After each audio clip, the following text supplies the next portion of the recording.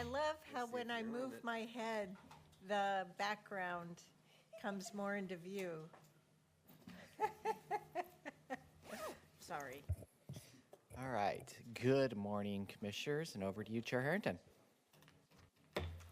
Good morning, everyone, and welcome to the Tuesday, October 3rd, 2022 Washington County Board of Commissioners meeting. Clerk Moss, could you do us the honors, please? Certainly, Chair Harrington. The Washington County Board of Commissioners, also meeting as the Board of Directors for Clean Water Services and all other county service districts, is now meeting this regular session, October 3rd, 2023. Commissioner Fye? Present. Commissioner Treese? Here. Commissioner Willie? Here. Vice Chair Rogers? Here. Chair Harrington? Here. Well, good morning, everyone. We have a pretty straightforward agenda for today. The next item is public communication. Clerk Moss, do we have anyone who wishes to speak with us for up to 2 minutes an individual? Yes, Chair Harrington. First up, we have Dale Feek. Dale?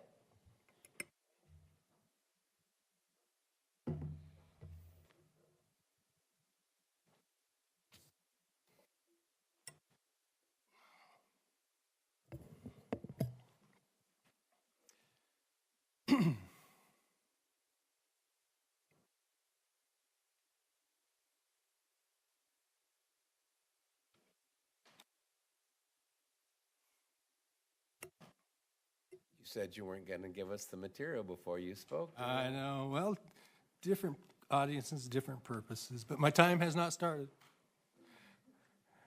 Chair Harrington and Commissioners, I'm Dale Feek, Chair of the Washington County Citizen Action Network and Project Manager of Hillsboro Air and Water. The email that you're looking at right now at the bottom, it says what we do as a mission of Washington County Citizen Action Network. We're a coalition of grassroots advocates, individuals, and groups dedicated to improving the quality of life in Washington County by promoting health and sustainable communities, social and economic justice, and open and responsive government. And I want to thank you for being open and responsive. I'm really impressed with what the county, under your leadership, and Administrator Tanya Angie, is doing about how everything is open.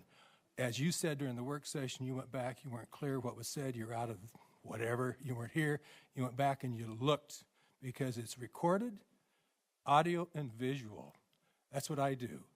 And so anybody that really understands and gets on the webpage can do that. We have a very open and responsive government with good leadership of Chair Harrington and you as commissioners, so I thank you for that. Now, what you have in front of you is related to the site-specific emergency plans, 40 of them or so, that have been developed by Scott Porter and the industries in Washington County. And I am an official member, voting member of the Local Emergency Planning Committee for Washington County. And what I sent you before about the active shooter was a program that we had at one of those last meeting. And I want to let you know that Sheriff Garrett replied back to me about that in service. I appreciate that.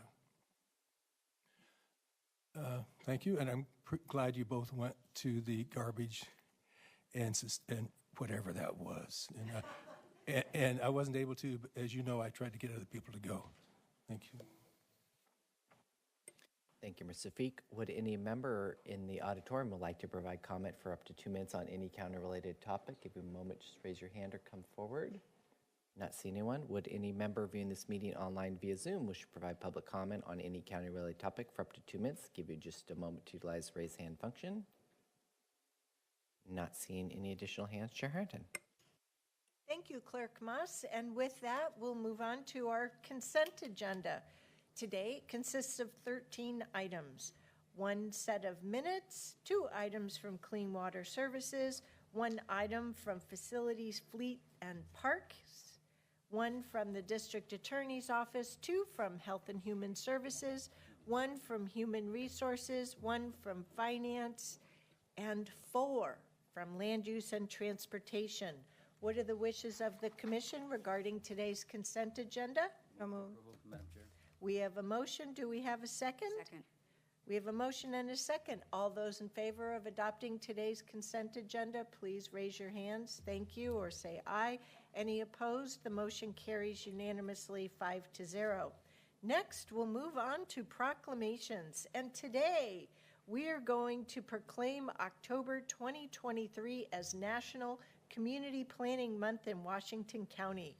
And some members of our great land use and transportation team are here to help all of us better understand the work that they do on behalf of our community to make this a better place to live, work, and play. Please, Ms. Wardell, take it away.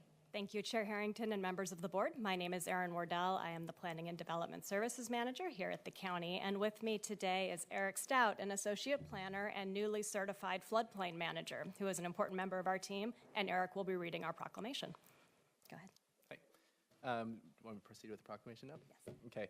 So whereas change is constant and affects all cities, towns, suburbs, counties, boroughs, townships, rural areas, and other places, community planning can help manage this change to provide better choices and more equitable outcomes for people who live, work, and play in our communities.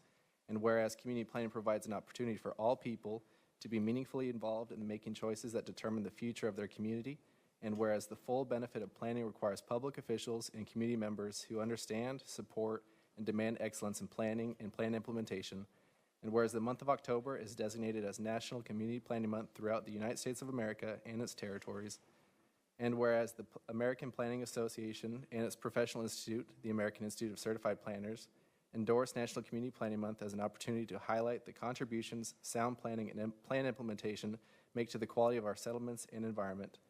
And whereas the celebration of National Community Planning Month gives us the opportunity to publicly recognize the participation and dedication of professional planners, planning commissioners, and other community members who have contributed their time and expertise to the improvement of Washington County.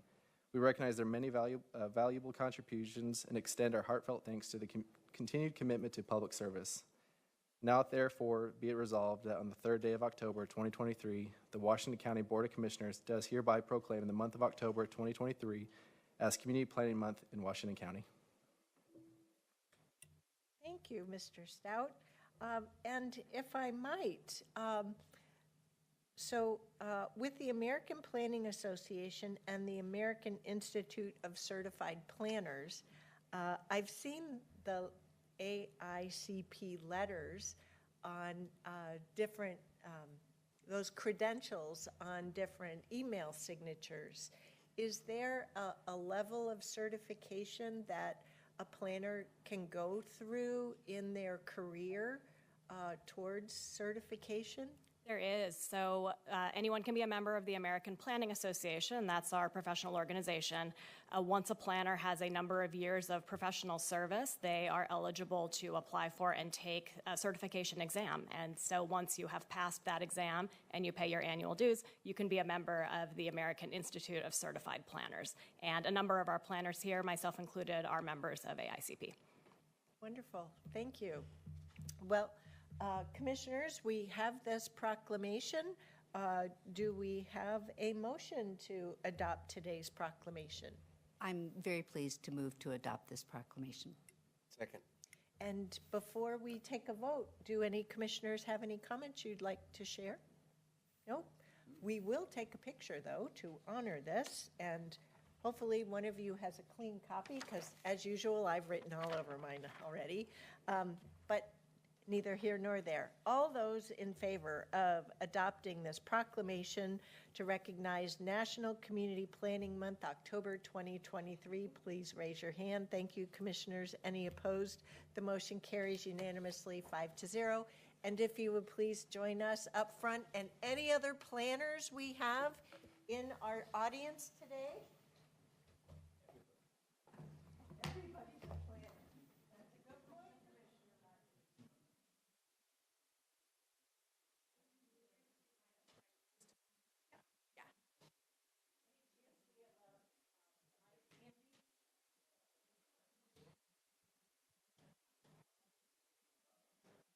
Everybody's a planner.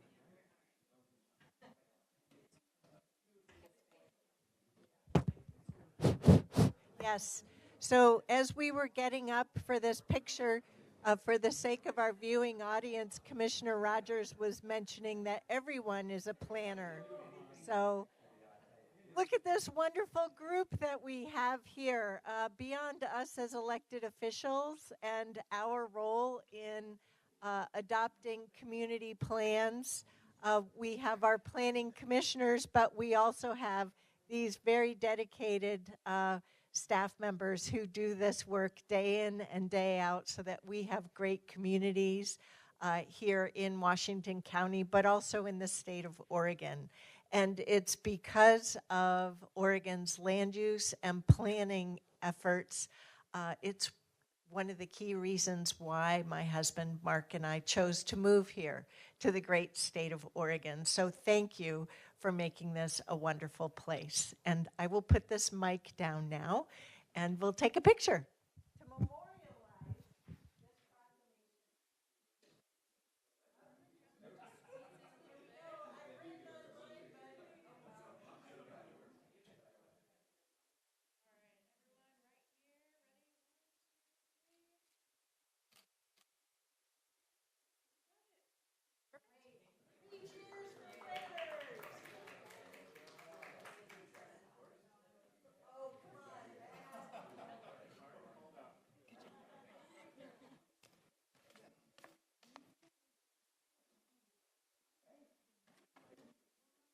And we have planners in our sister agency of Clean Water Services as well. So I want to give some recognition to those who help plan surface water as well as sewage treatment capacity here in our Tualatin River watershed. Next, we'll be moving on to public hearings, and today we have two public hearings. The first is we're going to hold a public hearing and consider adoption of a resolution and order approving 3 new or revised Clean Water Services personnel policies, a family medical leave policy, an interactive process and reasonable accommodation policy, and policies to implement the Oregon paid family leave policy. So welcome to Holly Dober, our Human Resource and Risk Management Director at Clean Water Services. Holly, take it away. Thank you. Good morning, Madam Chair Harrington and Clean Water Services Board of Directors.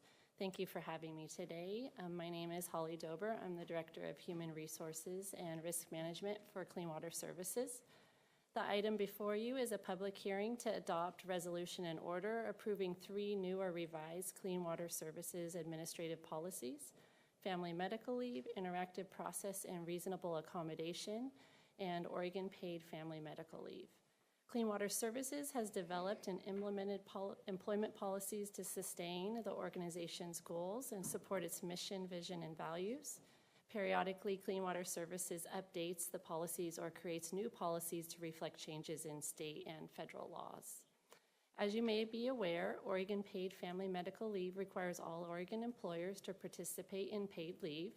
Clean Water Services is approved by the Oregon Employment Department to fund the program utilizing an employer-sponsored equivalent plan, which is through Clean Water Insurance Company. The new policy was created to be in compliance with state requirements.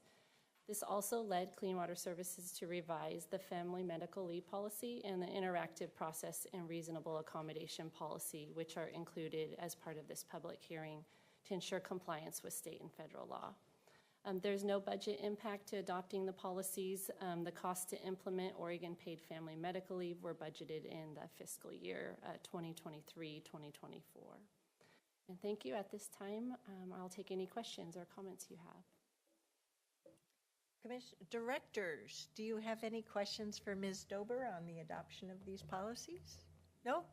All righty then. Well, seeing none, do we have a motion to adopt the resolution in order approving these 3? Madam Chair, the public hearing. Public hearing, yes. Thank you so much, Clerk Moss. Must need more caffeine today. All right. So first, I'm going to open the public hearing with regard to this topic. Clerk Thank you, Chair Harrington.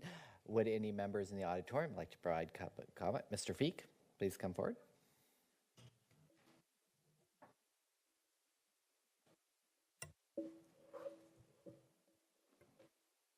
Chair Harrington, Commissioners, I'm Dale Feek, and I've told you my leadership, whatever I do. I've been involved with Clean Water Services before all of you except Commissioner Rogers were commissioners. I've gone to their Clean Water Services Advisory Committee meetings. I've gone to their trainings that they train you with. I've gone on buses in which you've gone, in which Clean Water Services has provided for you in service, training, what you do when you're out in the field. I don't know what I do. I go anyway, because they are public meetings. And I appreciate the opportunity to be able to be included in that, even though it takes staff time to accommodate me at times. I know that the package that's been presented is fair. I know that Clean Water Services staff members do get good salaries. It's important for them to be salaried well because they provide very specific technical stuff that's important to make the county run on stormwater and on sewage. Clean Water Service, they changed the name from sewage. There was an official name for that. United Sewage Agency, right? But, you kind of like to think people know that it's Clean Water Service instead of the poop that goes through the system and through the sewage stuff, right? My brother, who I just met with for 5 days in Seattle, he helped establish a multi-million-dollar educational center at the North Shores in the Seattle area. And so they have a wonderful educational center there, and the county didn't realize that they could have weddings at the sewage treatment plant, and they do have that. So I'm in support of adequate and above adequate salaries and compensation for Clean Water Services. I support the whatever it is, the motion. Thank you, Mr. Feek. Would any other members in the auditorium wish to provide comment on this public hearing? As you've heard from staff today, I'll give you a moment to stand up or raise your hand. Not seeing anyone in the room. Would any member online via Zoom wish to provide public comment on this public hearing? As you've heard from our staff today, give you just a moment to utilize raise hand function.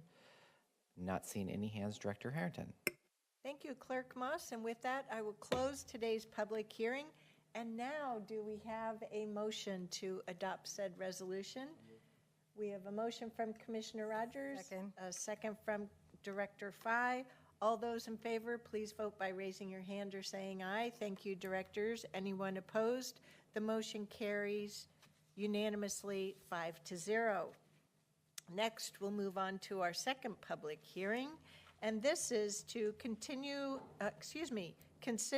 a proposed land use and transportation ordinance. So, Mr. Anderson, could you please read ordinance number 897?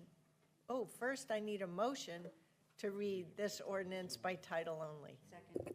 We have a motion and a second. All those in favor, please vote by raising your hand or saying aye. Thank you.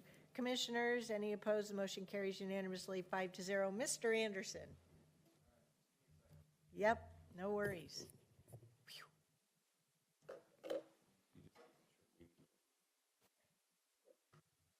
All right. Ordinance 897, an ordinance amending the comprehensive framework plan for the urban growth area, rural/natural resources plan, and Bull Mountain Community Plan to reflect the River Terrace 2.0 urban growth boundary expansion area.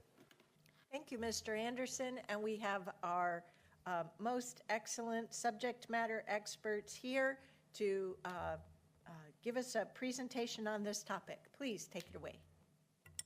Great. Good morning, Chair Harrington and Commissioners. I'm Todd Borkowitz, Senior Planner in Community Planning with the Department of Land Use and Transportation. Today we'll be reviewing Ordinance 897, which would formally transfer a recent Metro urban growth boundary expansion for Tigard's River Terrace 2.0 from the rural to the urban area. So here's an outline for today's presentation. We'll be providing a brief overview of Metro's 2023 urban land exchange that resulted in a UGB expansion in Washington County to add land known as River Terrace 2.0. I will briefly highlight the policy framework that prescribes what the county does after a Metro UGB expansion It then will describe Ordinance 897's recommended provisions for transferring River Terrace 2.0 to the urban area. So in October 2021, you reviewed Tigard's River Terrace 2.0 concept plan and provided a letter of support. In 2021, Tigard submitted a mid-cycle amendment to proposal to Metro for UGB expansion of just over 500 acres into the River Terrace West and South Urban Reserve areas, collectively known as River Terrace 2.0, to accommodate projected future demand for needed housing through anticipated development of 3,000 to 4,500 homes. 1 year later, in November 2022, Metro recommended including River Terrace 2.0 in the UGB through a UGB land exchange process. This process is allowed under state law and has been successfully used by some other Oregon jurisdictions.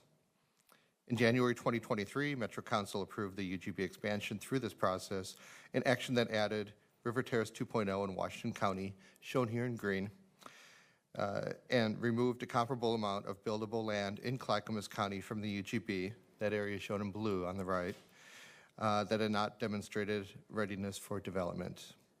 In May 2023, the DLCD director granted final approval of this UGB land exchange. So the need for this ordinance is codified in regional and county policy framework. The framework includes, the first is Title 11 of Metro's Urban Growth Management Functional Plan, which guides long-range planning for UGB expansions and prescribes interim protection for these areas until local comprehensive plan amendments for the areas are complete. At the county level, the Rural Natural Resource Plan, or RNRP, requires that designations within the UGB expansion area be transferred to the urban area.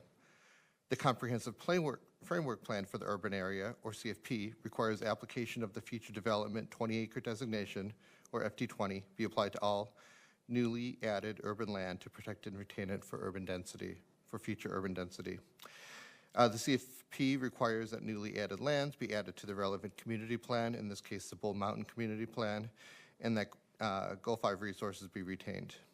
Lastly, the Community Development Code, or CDC, identifies uses allowed or prohibited in FD20, as well as dimensional requirements and other development standards.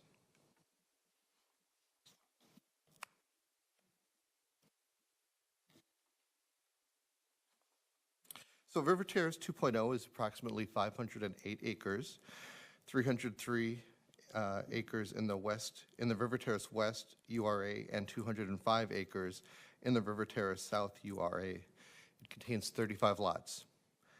The area is bounded on the north by Shoals Ferry Road and Beaverton's South Cooper Mountain community. To the west lies designated rural reserve and undesignated rural land. It is bounded on the south by Beef Bend Road and King City's planned Kingston Terrace community. To the east is Tigard's original River Terrace community. Although not geographically connected, the two URAs comprising River Terrace 2.0 are linked by the surrounding street network and the larger regional context within which they are located. When rural areas like River Terrace 2.0 are added to the UGB, they become urban. Ordinance number 897 makes changes to county planning documents to reflect this transition. Specifically, this ordinance makes changes to 3 comprehensive plan elements. The RNRP changes include removing designations for rural land uses and urban reserves and transferring the mapped Goal 5 resources. Bull Mountain Community Plan changes include adding the FD20 land use designation, transferring mapped significant natural and cultural resources, and adding a parking maximum. The primary change to the CFP is revising a map of the future development areas in Policy 41. As shown here, properties in the River Terrace 2.0 currently have one of 2 rural land use designations: agricultural and forest, a 20-acre district, or AF20, in the northern portion, and exclusive farm use, or EFU, in the middle and southern portion. As I indicated earlier, FD20 will be applied to all of River Terrace 2.0. As the name implies, the minimum lot area for FD20 is 20 acres in most instances. Prescribed land uses in FD20 include allowing farming to continue with some minor restrictions, allowing a detached dwelling unit and other development through a Type 1 review, allowing daycare facilities and certain home occupations through a Type 2 director's decision, allowing allowing certain more intensive uses through a Type 3 procedure, and it prohibits some minor uses currently allowed in rural areas, and that includes feedlots and recreational marijuana facilities. So staff received minimal feedback on this ordinance. We did receive one inquiry on tax applications of affected properties that have a farm deferral. In its August 16th hearing, the Planning Commission heard feedback from one community member in support of the ordinance. During its brief deliberations, there were no Planning Commission members who indicated opposition to the ordinance. The Commission voted 6-2 to recommend approval of Ordinance 897 to the Board. So staff recommends today that the Board conduct the public hearing and adopt Ordinance number 897 as filed. As a separate action, staff recommends that the Board adopt the associated findings for Ordinance number 897. And that concludes my presentation. We're happy to answer any questions that you have. Thank you. Thank you, Mr. Berkowitz and Ms. Cherniak. Could you please go back to the prior slide for us? So we use that as a guide. So with that, I would like to open today's public hearing. Clerk Moss, do we have anyone who wishes to testify before us? We do, Madam Chair. We have Andrea D'Amico.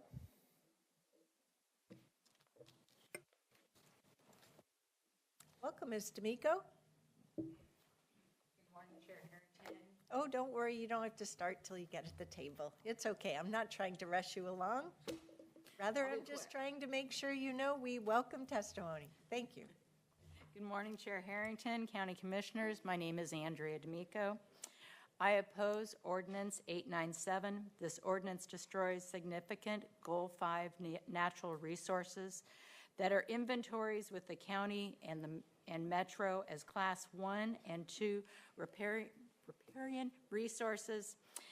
And as you know, once they're eliminated, they're gone forever. What the proposal states is that the goal resources in the Rural Natural Resource Plan will be transferred to the Bull Mountain Community Plan with protection in the CDC 422. The transfer is not apples to apples. The Bull Mountain Community Plan is aimed at development, not the protection of Goal 5, gives natural resources. The claim that the CDC 422 now and will protect them later is mistaken. Ordinance 897 provides nothing for the protection of the comprehensive plan.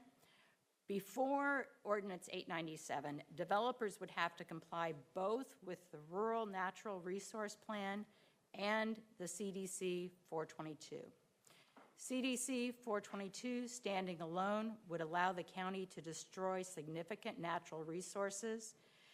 CDC 422 has many exceptions that allow resources to be removed, altered, and ultimately destroyed. As these areas are taken away, we will affect all natural resources from wildlife habitat, clean streams, tree canopies. Goal 5 and CDC 422 are not the same. They do not have the same protection or the same end game. I don't believe the way that Ordinance 897 stands today is the way that you want to proceed for the county's best interest. You need to take a moment, look at the differences between the Rural Natural Resource Plan and the Bull Mountain Community Plan with the protection of Goal 5 and CDC 422 to truly see the differences. If Ordinance 897 is passed, it's a death warrant for natural resources. Please amend Ordinance 897 for the county and the future residents. Thank you. Thank you for your time and the commitment of the county. Thank you. Would any other members in the auditorium wish to provide public comment on this public hearing for up to 2 minutes? A moment just to raise your hand or come forward. We have a woman who's, well, you can both come up to the table. It's fine. Thank you. That's why we have two chairs. And please start by just stating your name. It's Shirley Evers from Washington County. And I didn't know what the topic was today, but I just want to say that I want you to remember that farmland is important. We only have 2 dairies left in Washington County. And you're killing it. I mean, you already got the school up there when it was during a time when the school was supposed to be built in Bethany, and then you're shipping all the kids over there. It's more like a college in my book, the way it's set up. You could really use it as a 2-year college. And they could go through school, get high school and college at the same time. I just want you to not try to keep taking all the farmland.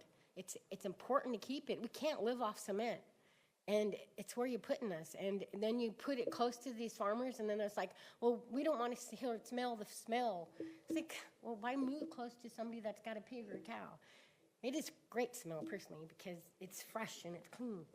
We need to think about what the community needs of not just taking and building more. It's not going to help your homelessness. Just building more and building more is not going to help it. I'm sorry. It's just going to make it worse. People keep coming. And speaking of that, you guys brought up something about having to do with bringing it, they could have weed and stuff, and you're worried about drugs. So why are you letting so many pot people selling pot and drugs? It is a stepping stone for them to be into the other drugs. And the drugs are getting worse and worse, and it's sad because people are dying because they're getting this stuff in the drugs and they know about it. And it's no fun. It's not good, and there's got to be some other ways and other means of doing this. And I hope you look at some of even the homeless people that are trying to get out of the situation and ask them how they can get better and put them to work on these farms, on these areas that you have like gardens. Let them go do something. Just don't give them stuff free. Get them out there. Get them out to help plant. Give them some kind of ability to learn. They do it with veterans. I think we need something for that. Veterans, farming veterans, veterans for farms, because they've had it in the Midwest for over 15 years, and now in Washington they have 5 farms. We need something to help teach them how to take care of the land and to help them with their PTSD, because not just the veterans have it. A lot of people say that they have it on the street, and people that come from jail. And I'd like to see something better happening to that land instead of killing it off. Thank you. Very much. Mr. Feek. Dale Feek. I'm speaking as myself, not as a representative of Washington County Citizen Action Network. Last Tuesday, Nicola Hamacher made public comment about this, I believe, and maybe he sent you written comment also. I met him yesterday. I think he's part of the Ponzi. I think he's the son of the Ponzi winery.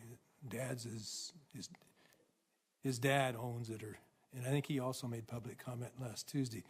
And I don't know if they're going to make public comment on Zoom or not, but I really want you to consider it, because I don't know if they're here and they're going to do it on Zoom. I just repeated myself. But I don't know if they are. But I'd really like to have you consider what they said last Tuesday as official public hearing comment for this hearing, because I think they even sent documents to that effect. So, and the reason I'm saying for myself is a board member on WCCAN, we may be conflicted on the flat road. So, I'm listening to you, and I'm listening to the importance of farms and never having it. It goes away once you put concrete on it. I totally understand that. That's why you need to go up instead of out. And I think, Chair Harrington, you said that before, get on the corridors and get people so that they are on transportation with the concrete and with the asphalt. I don't know if you've made the statement to protect the farmland that much. So anyway, please consider Nicola Hamacher's and his dad's comment yesterday's official testimony on this hearing. Thank you. Thank you, Mr. Feek. Clerk Moss, do we have anyone else? We have no one else in the room. We have one online, Wendy Kellington. Wendy, can you hear us? I can hear you. Can you hear me? Yes, we can. Please go ahead for up to 2 minutes. And before you start the clock, just so you know, Ms. Killington, we do have your written submission, and that has been provided to all of the commissioners as well as to our staff. Thank you. Please go ahead. Thank you so much, Chair Harrington, for that. My name is Wendy Killington, Killington Law Group. I represent Ms. D'Amico, who spoke with you a moment ago, and Ms. Stone. My comments are in my letter. What I want to make sure that you understand is that the objections that we have to the proposed ordinance 897 is because what we understand you think you are doing is not what ordinance 897 does. And until you are assured and feel reasonably confident that ordinance 897 provides what you think it provides, namely equivalent protection to inventoried significant natural resources that have been identified by the county and by Metro as type 1 and type 2 resources, which is the highest quality there is, unless you are assured that there is an equivalency of protection between what those resources experience now versus what they will at the conclusion of Ordinance 897, Ordinance 897 should be tabled. Right now, those resources are protected under a robust program in the Rural Natural Resources Plan that has mandatory policies that apply to everything except for limited land use residential applications, that focuses on the protection and conservation and enhancement of significant natural resources.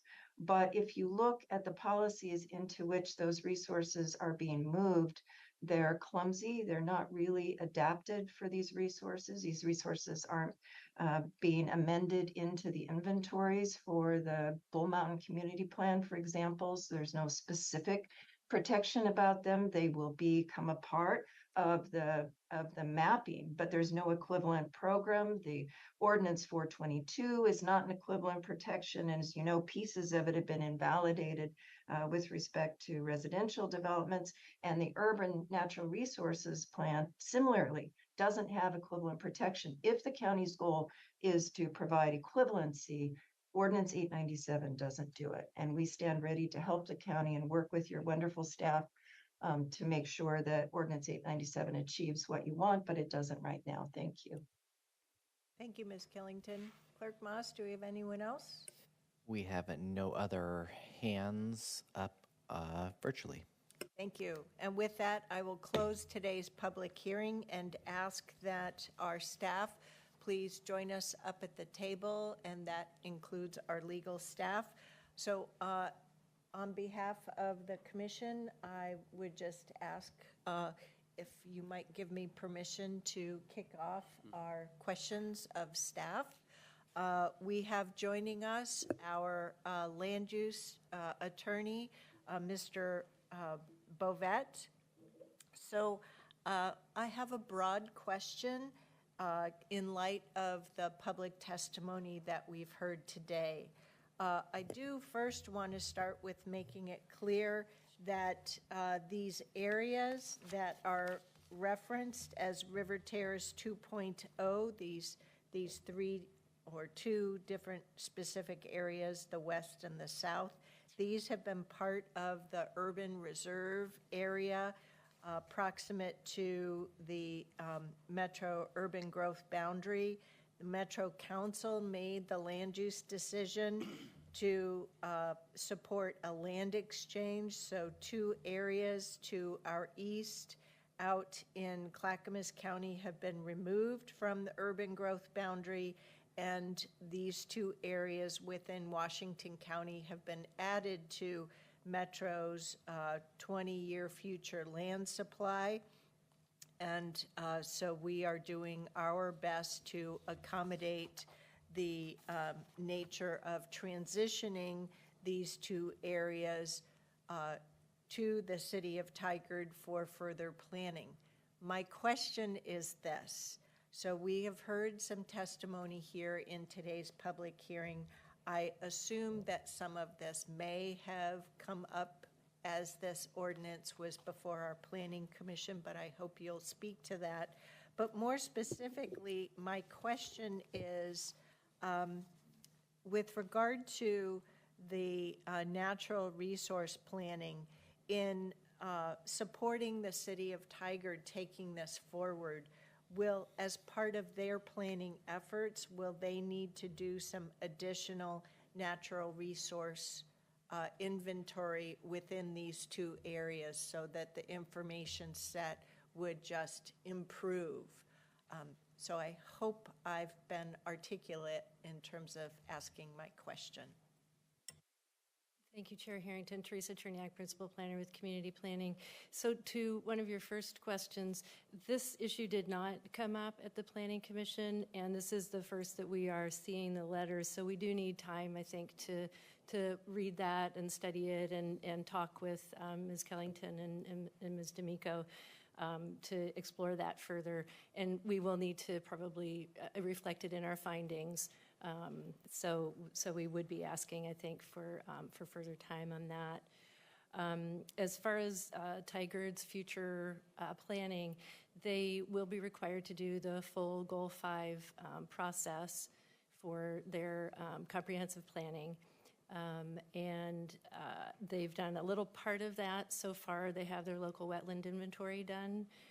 But they will need to look at all of the Goal 5 resources, the riparian areas and the upland areas, and through their process determine how much of that is significant and what the protections would be.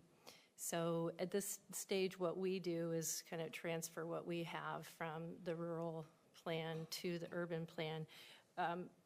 I think Ms. Kellington has identified that there may be some policies in the Rural Natural Resource Plan that we haven't transferred over to the urban plan, and that's what we, I think, need to look at and make sure that we're addressing adequately. So we'll get to some additional questions, but if you could bring up the slide of the staff recommendation, it's, I think, slide 11. If we could display that. So we've had the public hearing. At this juncture, are you recommending that we continue this ordinance to a future date? And if so, if after a few minutes of figuring it out, could you let us know what date you would like us to continue it to? Chair Harrington, members of the board, for the record, Rob Ovett, Assistant County Counsel representing land use. We have discussed that matter, and we would ask for a continuance specifically to November 7th. We think we can get the work done necessary to bring it back to you on that date. And as Ms. Cherniak mentioned, this is somewhat new to us in terms of the details, but as you may know, I've been heavily involved in the Goal 5 issues that are attached to this. Mm-hmm. So I think that staff and I can work together and bring something thoughtful back to you on November 7th. If we need more time, we'll ask for it. Okay, all right, thank you for that. So commissioners, I would like to open up the floor to you to see if you have any other questions or information needs you would like to share with our staff at this juncture. Nope, we're not seeing any. Okay, then I would like to ask for a motion to continue this ordinance. And Mr. Anderson, I don't know if this is a voice vote or if we need to take a roll call.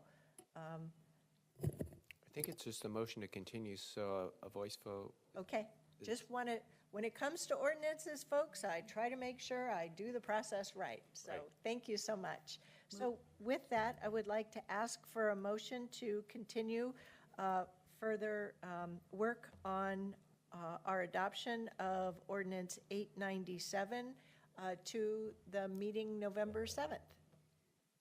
Move to, so moved. So moved and second. Okay, we have a motion from Commissioner Treese, a second from Commissioner Fye. All those in favor, please vote by raising your hand or saying aye. Thank you, commissioners. Any opposed? The motion carries unanimous 5-0. Thank you, everyone, for your input today, and we will come back to this item as well as the next item where we would have been adopting the associated findings. So that will come back to us as well, which brings us to a shortened action item. We have two additional action items. The first one is to approve an amended City of Hillsboro, North Hillsboro Industrial Renewal Area Plan. We have a short staff presentation, and I would like to share with our community that the Board of Commissioners did have the opportunity of a work session as well as other associated information from the City of Hillsboro during the course of the summer. So thank you. I'd like to turn it over to Stephen Roberts and to Dan Diaz. Welcome, gentlemen. Morning, Chair Harrington and Commissioners. Stephen Roberts, Director of Land Use and Transportation, and I'm joined today by my colleague Dan Diaz from the City of Hillsboro, Economic and Community Development Director. I think I got that right. The City of Hillsboro is requesting your board's adoption of an amendment to the North Hillsboro Industrial Renewal Area Plan. So our purpose today is, as you mentioned, Chair, you've had a work session briefing on this, but for the benefit of anyone who's watching today or in the audience, we want to just make sure to cover some of the basics about this proposal. So we'll just walk through those, and then the requested action for the board today is to approve a resolution in order that would approve the city's amended North Hillsboro Industrial Renewal Area Plan. And I'm going to turn things over to Dan to just quickly run through a few slides that were provided, information provided by the city. Good morning. Again, Chair Harrington and Commissioners. Dan Diaz, Economic and Community Development Director for City of Hillsboro. The next few slides will hopefully look a bit familiar to you all in that they're very similar to the work session presentation that staff gave in early August of this year. Our hope is in the public forum here to provide the same level of information, and also at the tail end of my portion of the presentation this morning, give the commissioners just a bit of an update in terms of the work that has transpired since and as we approach the culmination of this work in the project. The North Hillsboro Industrial Renewal Area, first and foremost, is an existing plan and district that was adopted in 2015.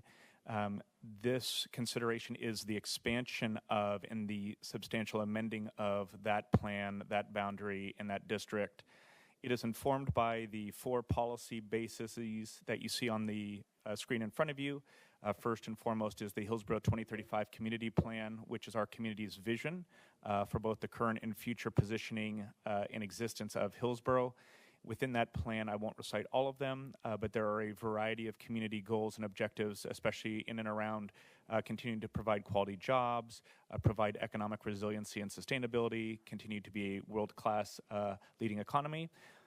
So those are probably the most direct, as well as a variety of requirements around trying to provide world-leading services such as public safety, parks and recreation, library as well, and much of this work also more indirectly informs and supports the community's visions and service realizations in those areas. The second policy basis is our Hillsboro Comprehensive Plan, and as a subset of that, the Jackson East Community Plan.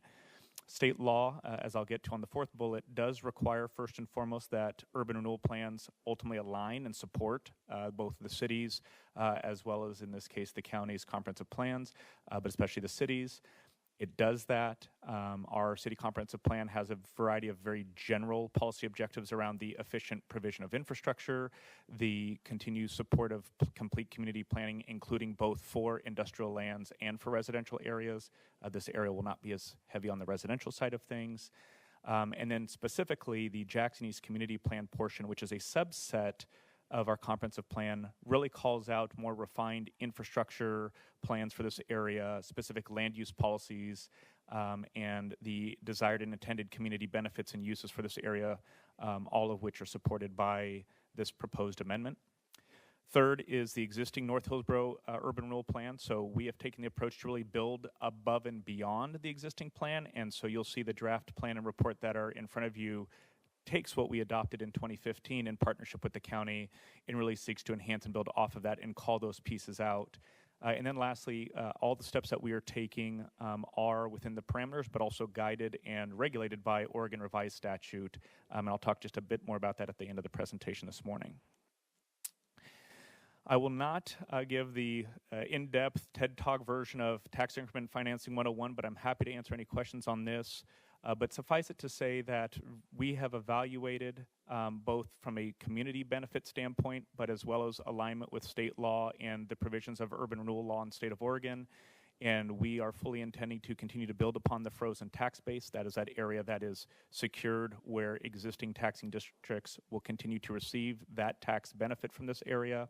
And we also are seeking to amend the plan for the proposed and projected tax revenue increase, the light blue area, for how we would seek to maximize the public benefit and policy realization of our land use policies in this area, while also trying to do so in as quickly and efficiently as a manner as possible. We heard the commissioners, and particularly you, Chair Harrington, loud and clear in early August. Our City Council and our Planning Commission, as well as some of our executive leadership team, have provided similar desires and direction. And we believe, based on the trajectory that this district has been on to this point, as well as what lies ahead, we'll continue to do that. We also will continue to keep an eye on the somewhat recently changes to state law that also would trigger revenue sharing back across the taxing districts when we eclipse that threshold within the district, which still appears to be at least a few years out. The existing plan district, you've seen this, as has much of the community, but is outlined in red here. This is intentionally put over the aerial photo in 2015 to show what the area looked like. The primary purposes of the original adoption of the plan, which remain largely similar to what we're evaluating in this amendment, is to promote recruitment, development, and service of critical industrial sites for a variety of target industries of all different sizes. To assist in the provision of adequate public infrastructure. We've done that, again, both with City of Hillsboro infrastructure projects. We've also done it with some significant and beneficial partnering with peer agencies such as Clean Water Services and others. And then lastly is to promote and support environmental stewardship. That too was contained within our Communities 2035 plan and our comprehensive plan, and there are significant portions of this district and the proposed amendments that would help us enhance the Weibel Creek corridors, the city's vision of the Crescent Park Greenway as well, and bring environmental benefit and enhancement to much of this area. This slide summarizes the existing district, which is to the left from a numerical standpoint, and then the proposed amended district to the right. I will note that these are not to be summed together. The right side is reflecting the proposed amendment, so you should not be adding numbers across here. So the original district in 2015, just as a refresher, was just shy of 2,000 acres in size, 1,090 acres. We are proposing to increase that about 192 acres in total with the amendment for a total resulting district of 1,282 acres. Similarly, the project costs that were estimated in 2015 were at $197 million. In the proposed amendment before you, that has increased to $370 million. The reasons for that increase are twofold. One is that we have increased and added additional projects into the proposed plan as a result of encapsulating some of the Jackson East areas. And we have also refreshed the projects that were in the original 2015 plan to reflect for some significant cost escalation and projections that we've seen, especially given the inflationary environment that we've been in over the last 6 or 7 years. The forecasted 25-year tax increment period, as you'll see reflected in the plan and the report, is 25 years from the original 2015 start date, so that one does get a little confusing here. We have done that largely in an effort to try to be responsive to you all as our partners in this work, and in the recognition that one of the goals here is to build and contribute to not just the city's tax base, but also the county's tax base in this area. The sooner we can sunset this district effectively and efficiently, the sooner we can receive the general fund and tax benefit of hopefully the investments that will occur in this area. I do want to just clarify, while we're targeting a 25-year TIF closeout, which would put us collectively in the fiscal year 2040, 24 to 1 year, that closeout is still subject to the types and nature of projects that we undertake in the district and what the status of any debt is in at that time, because we do have to close out and satisfy any debt obligations in order to fully and effectively close this district out.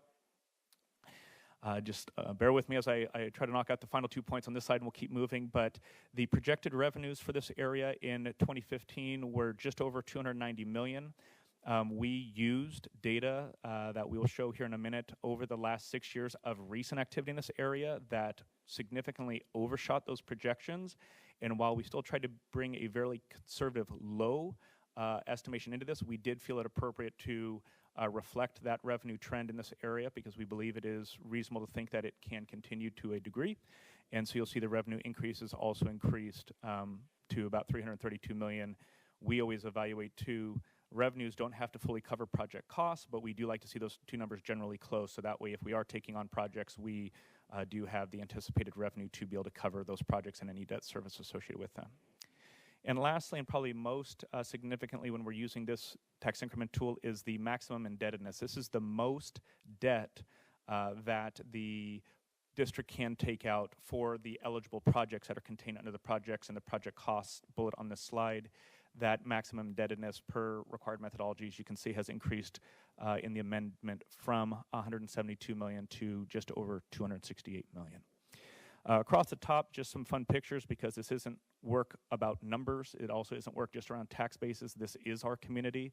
This is the physical manifestation of that community. It is our consideration of the trade-offs of converting the precious rural areas that you've even heard in some of the other testimony in your meeting this afternoon to meet other community needs in a perhaps similar but different fashion. And it also shows how effective with our partnerships across agencies and with this tool we can be between delivering public infrastructure projects like Star Boulevard or Huffman Road, as you see in the left two pictures, as well as the pump station site and the future 30th Avenue corridor that kind of runs up to top to bottom in the right side picture. That incised irrigation ditch is Weibel Creek there that has been farmed right up to its brink. That will be supplanted with our Crescent Park Greenway corridor, which we've already planted over thousands of trees and shrubs in that area to start to bring back habitat and environmental function, as well as hopefully future recreational benefit in that area using this district. So why consider expanding the boundary and amending the plan? It's to continue some of those pieces I noted a few moments ago, maximize the sustainable economic output of this urbanization and of this area of not just the city, but of the county, achieve and really maximize the land use and economic development objectives of this area, as is contemplated by the Oregon land use system and encouraged by it, as was contemplated when this area was brought into the urban growth boundary, and as has also been contemplated in our comprehensive planning work for this area. Support the delivery in paying for infrastructure. Again, this tool enhances our ability to not only engage in public-public partnerships with other agencies, but has also facilitated tremendous public-private partnerships also into this area, as is noted by the bottom photo in that picture, where we put in the core backbone, just the travel lanes of the road, the water sewer lines in the road, and you can see Hitachi in their project came in and built out the cycle tracks, the sidewalks, the street lights, the street trees, and the stormwater facilities associated with that, helping us to achieve our multimodal and some of our sustainability and urban tree canopy goals as well. So areas of consideration for the expansion, the green area is back to that map that you saw early on. That's the existing district. That is going unchanged. It's the yellow area in the upper left, which we refer to as Jackson East North, is the geographic area for expansion. Also within the parameters of state law, we are proposing to cap the maximum indebtedness and the geographic size at 20%. We cannot go larger than that, even if we sought to. Cover the total acreages there. Eligible projects, this is one that really goes back to show what are these funds going to be used for and why is this a public decision that is important.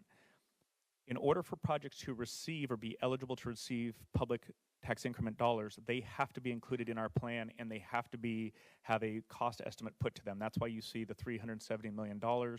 And you can see generally at the top of this slide how we have broken out those different types of projects, ranging from transportation projects, which account for almost 40%, other public utility projects. These are hard assets, hard investments that will go into our communities and serve these areas. Together, those equate to about 80%. Then you see other also very key areas, but of lower percentages, things like the trail and open space that I mentioned a moment ago, natural resource enhancement and sustainability related projects, public buildings and facilities, technical and financial assistance, et cetera. I will note that we have evaluated and are likely to discuss with our council this evening a minor change amongst items 6 and 7 up there, where we would reduce the public building and facilities to 5,000 and seek to increase the technical and financial assistance to 7,000. That's a 1%, million, I'm sorry, thank you, Stephen. But that is what we believe is a small financial change in the plan, but it is one that, based on some input we received from our legal counsel, we're taking a look at. In the grand scheme, it does not change the overall plan and report that's before you today. A couple of example projects that we spoke to the last time we're here, those have not changed as well. I think projects of common interest between the city and the county. This is a very numbers-heavy slide. I'll happy to answer your questions on it, but I'm not going to hit it in depth today. It just really shows the success from a financial standpoint of this area. When we are able to leverage and deploy this tool, as well as private sector investment, as well as other capital dollars, both from the city side and some of our peer agency teams, to increase the tax revenue generation of this area from $500,000 to what it was previously, to approaching $10 million in 6 years, it is achieving the community planning, the economic impact, as well as the tax revenue goals of the district.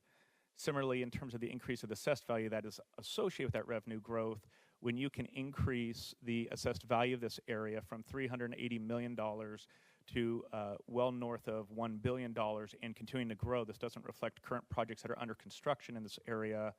Again, we are hoping that this does, in the mid to long term, provide some additional needed general fund relief, not just to the city, but to the county, recognizing we need far more than just this area, but this is a hopefully a net contributing area long term into that. And in the near term, it's that type of revenue growth and tax increment allocation that we hope to be able to maintain that 25-year life of the district in full, to be able to effectively build the infrastructure out, effectively garner and support efficient development and investment in this area, and then close the district out and hopefully have it achieve its purpose. So lastly, timeline engagement. You saw this slide when we presented to you the last time. Since we presented to you in August, we have been in the midst of public notice requirements, engaging local taxing jurisdictions such as yourselves. We held a public open house in the latter part of September, had about 50 people attend there, really a variety of mixture of conversations, some of them supportive of the effort, some of them neutral and inquisitive around the effort, and some of them in opposition to the effort or just in opposition to growth in general. Our staff sought to try to provide both information and engage in productive dialogue throughout that. Similarly, we held the state-required, but also best practice, Planning Commission public hearing last week. Our Planning Commission unanimously approved the plan and recommended City Council's approval, which will be heard tonight. They too received written and verbal testimony that was some of it neutral, some of it opposed, and some of it in support, and that will be progressing on. And lastly, we did not receive any objections or requests for significant changes from any of our peer taxing jurisdictions. We wanted to pass that along. The last piece I wanted to close on is, as I noted a little bit earlier, our legal counsel, upon final review of the ordinance, did catch a couple of what we believe are minor statutory references and corrections that are slightly different than the draft report and plan that are in your packet for this morning. So we do intend to make those changes as that item goes to our City Council this evening. While we believe that it does not have any substantial impact on what you're considering this morning, if there is the desire of the Commission to see that final packet, we can send along afterwards, or if that warrants a separate minor consideration to update that, happy to accommodate and do so. Apologies for that inconvenience. And with that, I'll wrap up my piece and hand it back to Stephen. Thank you, Commissioners. So back to our original topic here. So just, are there any questions that you may have for either county or city staff? And then if your board is inclined, we would request your approval of this resolution and order to amend the North Hillsboro Industrial Renewal Area Plan. I'll just touch on very quickly something Dan just mentioned. I was able to review the minor edits that Dan mentioned earlier today and would agree that those are not substantive. They don't change the overall impact of the plan. So I feel comfortable with the recommendation to move forward with board adoption today. Thank you, Director Roberts and Mr. Diaz, for that clear explanation. Commissioners, do you have any questions from either of the staff members at this time? Go ahead, Commissioner Rogers. Not a part of what we're doing here today, but out of curiosity, when you have revenues that are not enough to cover your costs, where do those differences come from? Yeah. Okay. Stephen and I will be up here thumb wrestling to see who responds. Vice Chair Rogers, thank you for the question. I believe what you're asking is when you see the estimated project costs exceeding the proposed revenues, and then how do we make up for that difference? Is that correct? Where does that come from? Sure. So first and foremost, I think it's important to note that a project, as I noted during the presentation, has to be included in the plan and has to have a cost estimate to be eligible for full, partial, minimal, or even no funding coming out of this particular public finance tool. And so we seek to make sure all relevant and applicable public infrastructure projects and plan components are included. That does not mean, though, first, that we have to fund all of those projects entirely, exclusively, or at all with this tax increment district. So that's the first part of it, is we do not anticipate needing to fund all of those, but we do have the ability to fund all of those. The second part of the answer is that, to what I highlighted with our use of other capital funds, or especially trying to work with private development interests in this area, our intention and hope and firm belief, because we've seen it play out time and time again, is that the private sector will continue to bear a significant share of their cost and delivery of infrastructure up in this area, which will in part attack and address that $370 million number, bringing the delta, or the difference, if you will, between the project cost and the projected revenues closer in alignment, or may even bring those project costs, if we're doing it well, lower than the projected revenues ultimately. And then the third thing is we will at times seek to expend funds in this area and recoup some of those costs. For example, if we go out and buy a right-of-way corridor, if there are surplus land pieces, which we have done, we can then surplus and sell those lands back off. That becomes program revenue that then allows us to basically spend that public dollar twice, once for the original right-of-way corridor purpose, and then as we get program revenue from the sale of that, reinvest that back towards the next project or program component. That would be the third way in which we would seek to attack that difference should we need to. I hope that answers your question. Well, thank you. Yeah, you're more descriptive than you were the first time, but you covered about the same material. What I'm particularly interested in, and hearing your comment back, and then I'll let it go, is that the city of Hillsboro and Washington County have had a great relationship over many decades, but it's a relationship also based upon the county doing certain improvements, meaning through our MSTIP, which is your MSTIP as well, certain sewer improvements through Clean Water Services. And I'm hoping that you're going to say to me just now that you're not trying to get that difference out of other governmental partners who are really stressed for cash, that you are going to do exactly what you said. So you're not looking to others to somehow make up that difference. I think in full transparency and awareness, I would say we will engage in all relevant conversations in terms of if any gaps or other funds are available there, but that would include our own other public funds as well as possible agency funds, but definitely an emphasis to private sector development or investment as well. And in closing, I'll add that some of the major infrastructure projects listed in this plan are also more regional or sub-regional related facilities. And so what we are trying to do here with this tool and on behalf of Hillsboro is show up and make sure we are definitely able to contribute and cover as much of our local impacts and benefit in that area as possible to be a productive and helpful partner in any additional gap conversations, whatever else might come up, should that come up.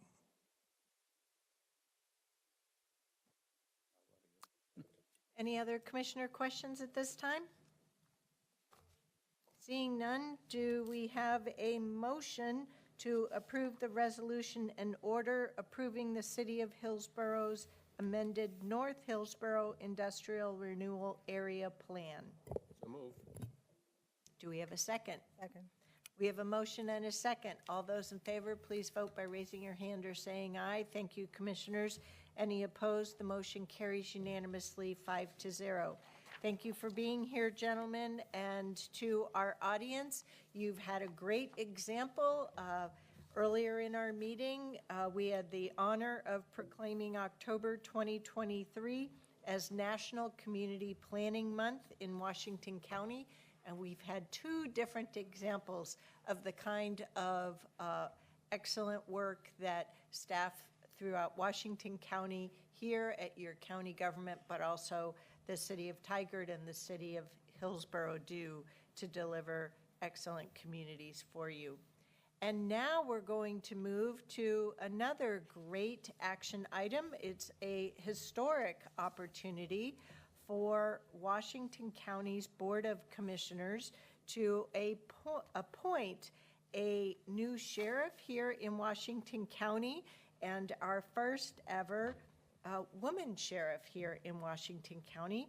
I would like to invite our current sheriff, Pat Garrett, as well as Undersheriff Caprice Massey to our table. Welcome. Thank you, Chair Harrington. Commissioners, it's an honor to be with you along with Undersheriff Caprice Massey, and I'll be joined by Assistant County Administrator Aaron Calvert. What we'd like to do, if we could just go to the next slide, is just provide a bit of an overview of being intentional about transition actions and activities that are beginning to be underway and will be helped greatly by identifying an interim sheriff. Really, the purpose is to evolve those relationships, that Undersheriff Massey has already developed, dive into new relationships. As she pointed out so eloquently last week, really what we do around collaboration, which is how we deliver the most impactful, effective public safety services, is built around relationships and collaboration. And so that is largely to the goals that we have here for this transition, along with meeting statutory obligations for all property and people-related items and records. Slide, please. So I'm just going to cover best practices, largely derived from my own experience and from the Oregon State Sheriff's Association. And we can just kind of list down through the items on this slide. It would be great. We have assembled a transition team. We've identified all property and evidence. You own the clicker. Oh, I have the oh, I'm sorry. Yes, My bad. yes. Thank you, Chair. Right, before my retirement, before December 1, we have already assembled a transition team. We are in process of inventorying all property and evidence in our possession, and what that means is a serial number inventory of all sensitive law enforcement equipment, defensive tools, vehicles, mobile display terminals, computers, and similar property, along with a 100% inventory of that criminal evidence that is seized as a result of investigations. The good news is, with respect to property evidence on the criminal side, we have an annual inventory scheduled for November. So that is scheduled. It's not started yet, but it will be completed before the end of November. When it comes to people-related items, that refers to a review of all Sheriff's Office commissions and their scope of authority, to include an inventory of who has access to which sensitive areas, to include the secure jail perimeter where we store evidence and other property, who has access to that equipment, to our defensive tools, to the funds that we manage and take in as a normal course of doing business, and also who has possession to various keys and magnetic cards. And then Assistant County Administrator Calvert's going to help me with just some of our legal obligations. Thank you, Sheriff Garrett. If you wouldn't mind the clicker when it's time. Good morning, Chair Harrington and Board. As the Sheriff mentioned, we're working on the list of items to comply with, as well as the required timeline. So this slide illustrates the to-do list on December 1st. We need to file a certificate of appointment with the county clerk. This is per statute ORS 206.080 and 204.020 sub 2. And I should mention that we are all working together on this, but of course we're in lockstep with county council on this directive. There will be 3 certificates that need to be filed, and so the first one is served on the outgoing sheriff, transfers that authority from the outgoing to the new sheriff. The second certificate is maintained in the Washington County Sheriff's Office Executive Office, and the third certificate is filed with the county clerk, and we're partnering again and having assistance with our assessment and taxation staff on that. Next slide. And then the to-do list for after December 1st is that we serve the former sheriff with a certified copy of the completed assignment of the property and file the original with the county clerk, keep the copy as mentioned. I want to make sure I'm on the same slide. Excuse me, I lost my train of thought. Within 1 day, we have to do that. And then the county jail and all appurtenances, which I had to look that word up, so thank you, Sheriff, and county property has to be transferred. So all the jail, adult and custody and other jail records, the warrants and jury summons, and then all active civil papers for execution, and we process that. On the delivery of all the items, the former sheriff must provide a written statement that assigns all of those items to the new sheriff, and then the new sheriff must acknowledge the receipt of those items. Next slide. This slide continues the to-do list after December 1, and so again, serving the former sheriff with a certified copy of the completed assignment of property, and then filing the original with the county clerk and the copies as noted in the executive and business administration.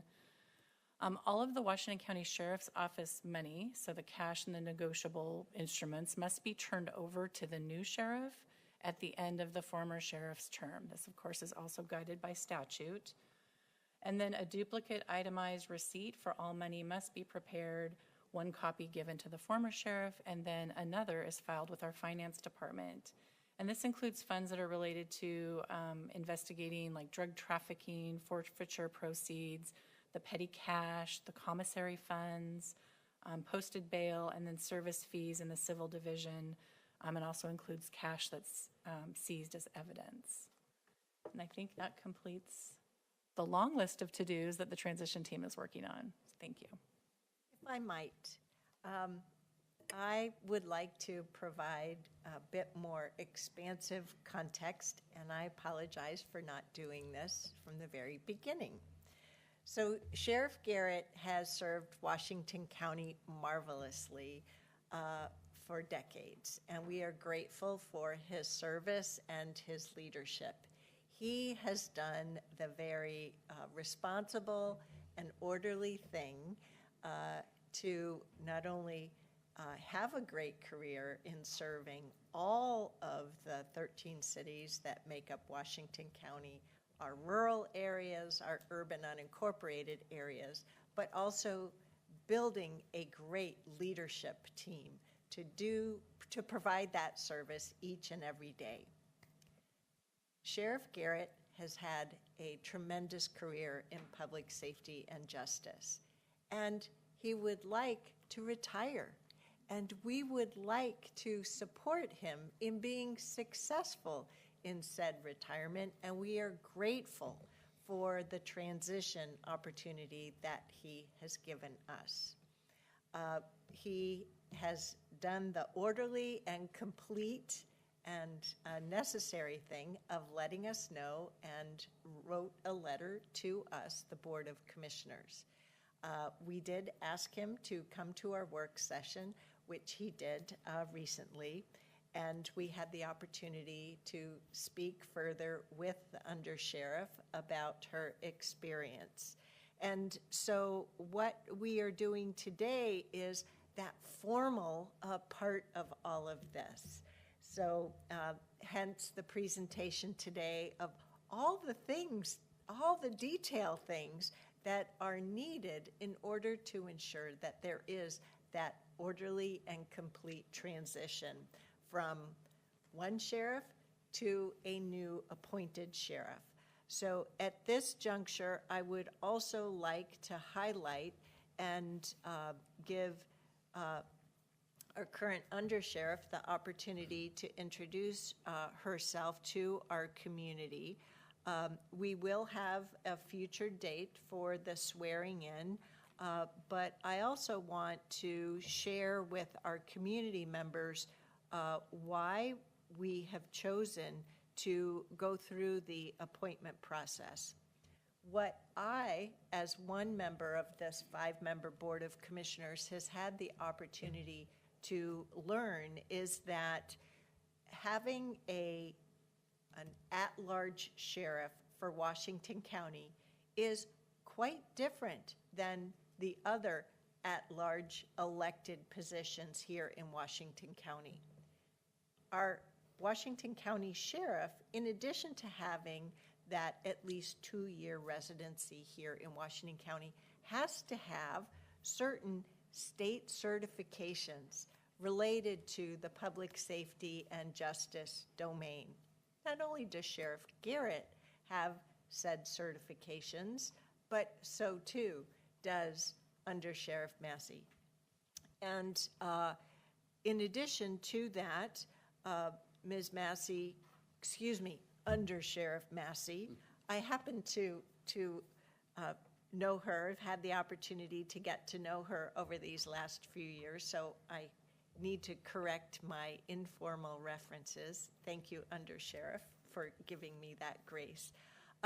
She has extensive service and experience in public safety and justice, and we are going to be following up in our best efforts to ensure that our community is aware of your experience prior to joining Washington County, serving in the Navy, serving elsewhere in the public safety and justice domain here in the United States, but also your extensive experience here in Washington County in many different positions at the jail, including being the jail commander, but also with patrol here in Washington County, and your tenure as the Undersheriff. So before we go any further, I would like to turn the mic over to you and see if there's anything you would like to share with us, your Board of Commissioners today, as well as to our community at large. Thank you, Chair. Put you on the spot there, didn't I? You sure did. Sorry. Thank you, though. And Commissioners, I just appreciate having the opportunity to be here with you today. I mentioned this last week, but I feel like it's worth saying again. I have and will continue to answer the call to serve our community. I have been honored to serve in the Navy for 9 years. I was in the Army Reserve for 2 years and with another law enforcement agency for 4 on the East Coast. But my home has become Washington County. I've been here for almost 20 years, and I've been given opportunities to serve in so many different ways. And you will see no change in that. My priorities will continue to be collaboration and relationships, our incredible, incredible professional staff at the Sheriff's Office, and the incredibly diverse communities that we serve. And so I will reiterate my thanks to you and just let you know that I look forward to the opportunity to serve in this next role.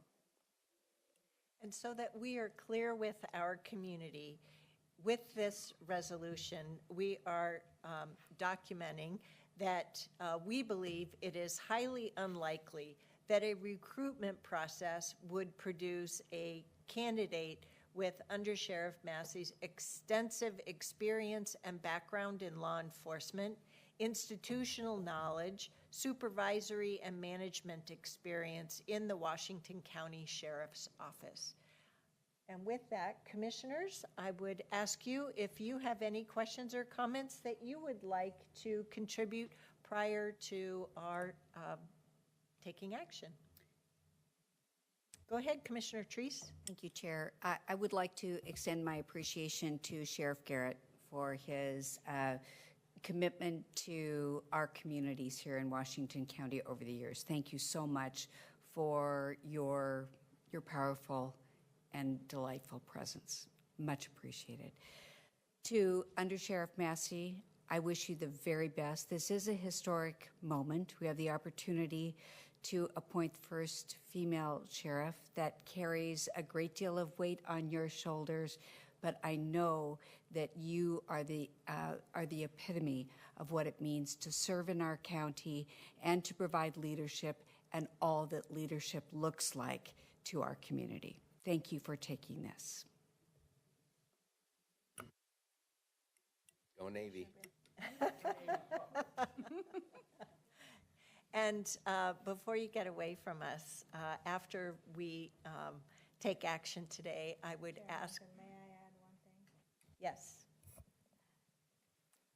not to take away the seriousness and the magnitude of what is about to happen here, and not to get ahead of myself and the rest of the board, but we're about to have a new sheriff in town.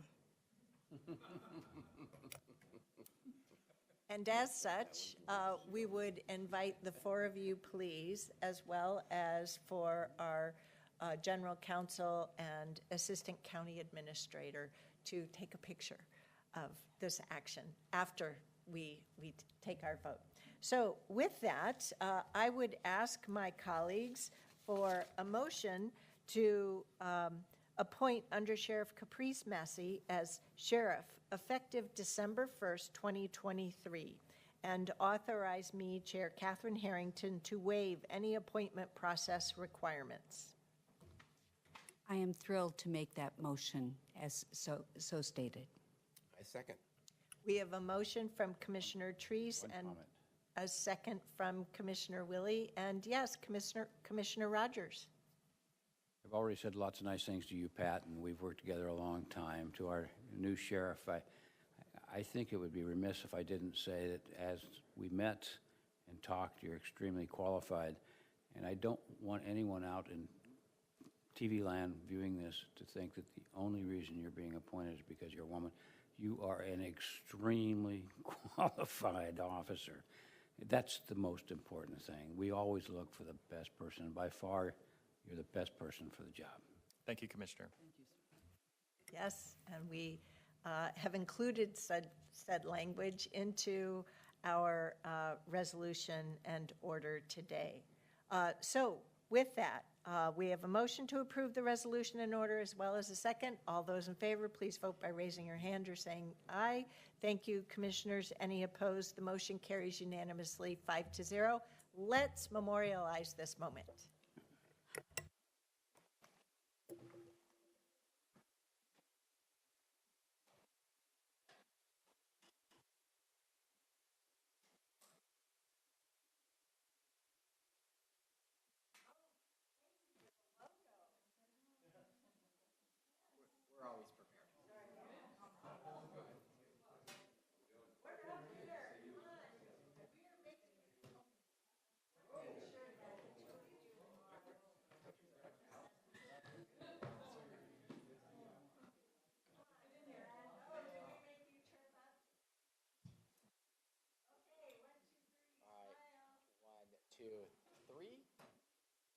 One, two, three.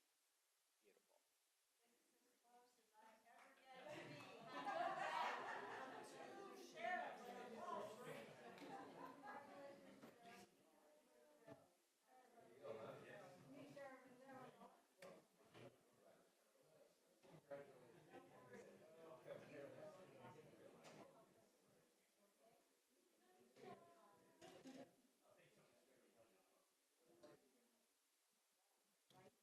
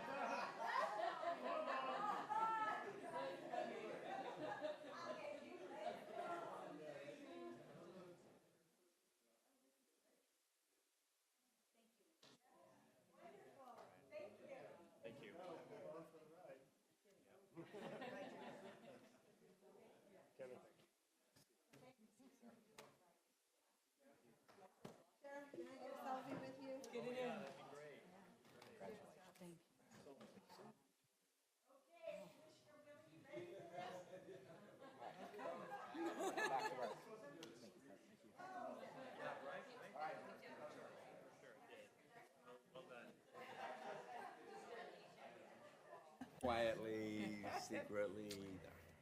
Yes, so here we are at the end of the action section of our agenda today, and we have our second public comment period. Clerk Moss, do we have anyone who wishes to address us for up to 5 minutes an opportunity? Thank you, Chair Harrington. I didn't see anyone sign up in the room. Would any member in the auditorium wish to provide comment on any county-related topic for up to 5 minutes? Just raise your hand or come forward. Not seeing anyone. Would any member online via Zoom like to provide public comment for up to 5 minutes on any county-related topic? Give you just a moment to utilize raise hand function. Not seeing any hands. Chair Harrington. Thank you, Clerk Moss. And with that, I'll make today's board announcements. We have a special meeting tomorrow being convened with our colleagues at Multnomah and Clackamas County as the Association of Oregon Counties District 8 meeting as convened by AOC. On Thursday, we have our monthly Board of Commissioners roundtable starting at 9 a.m. here in our work session room. Next Tuesday, we have a Board of Commissioners work session only that day starting at 9. On Wednesday and Friday of next week, that would be October 11th as well as October 13th, we are having some of our training days as the Clean Water Services Board of Directors. We will be meeting at the Rock Creek Water Resource Recovery Facility out on River Road in Hillsboro. Then the following week, Tuesday, October 17th, I know Commissioner Treese will be away on vacation. We'll have a work session at 9, a board meeting at 10, and then we'll pick back up on the work session. And the following Tuesday, I'll be on vacation. Tuesday, October 24th, so colleagues, please treat Vice Chair Rogers. Oh, he'll be away on business for Clean Water Services. So let's see, who was vice chair last year? See, I told you I'd get you from that photo bomb. So on Tuesday, October 24th, we will be relying upon Commissioner Willie, Commissioner Fye, and Commissioner Treese to hold down the fort, so to speak, with a work session at 2 in the afternoon and a board meeting that evening at 6:30 p.m. The last Tuesday of the month is Tuesday, October 31st, and we do not have any Board of Commissioner organized meetings that day. And I am in total denial that there's another month after the month of October because we have a ton of work to do here this month, October. So, are there any other board announcements for today? Seeing none, I would like to ask for a motion to adjourn today's regular business meeting of Tuesday, October 3rd, 2023. So move. Second. We have a motion and a second. All those in favor, please vote by raising your hand or saying aye. Thank you, commissioners. Any opposed?